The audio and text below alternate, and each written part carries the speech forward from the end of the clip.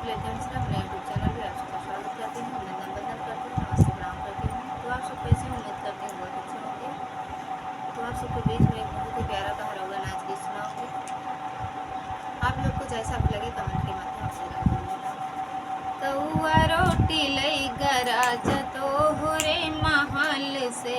कौआ रोटी लई गराज तोहरे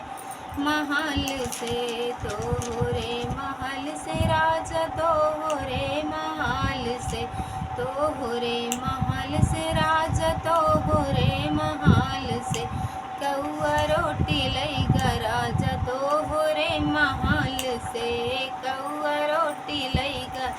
राजा तोहरे महल से, सासू के लाईगा ससुरुओ के लाईगा, सासू के लाईगा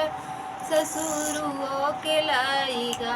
ननदो के लईगा राजा कौआ बहलाई के,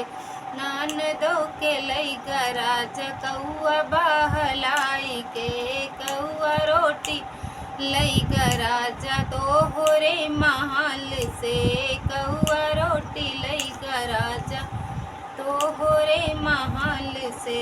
ना जेठौ कलाईगा जेठानियों के लाईगा, जेठौ के लाईगा जेठानियों के लाईगा,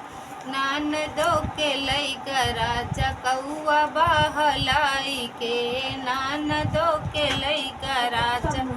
कौआ फुसलाई के, कौआ रोटी लईगा राजा तोहरे महल से, कौआ रोटी लईगा राजा तोहरे महल से, देवरा के लाईगा देवरानियों के लाईगा, देवरा के लाईगा देवरानियों के लाईगा, ननदो के लईगा राजा कौआ टोट मारी के, ननदो के लईगा राजा कौआ टोट मारी के, कौआ रोटी लईगा राजा तोहरे महल से, कौआ रोटी लईगा राजा तोहरे महल से, कौआ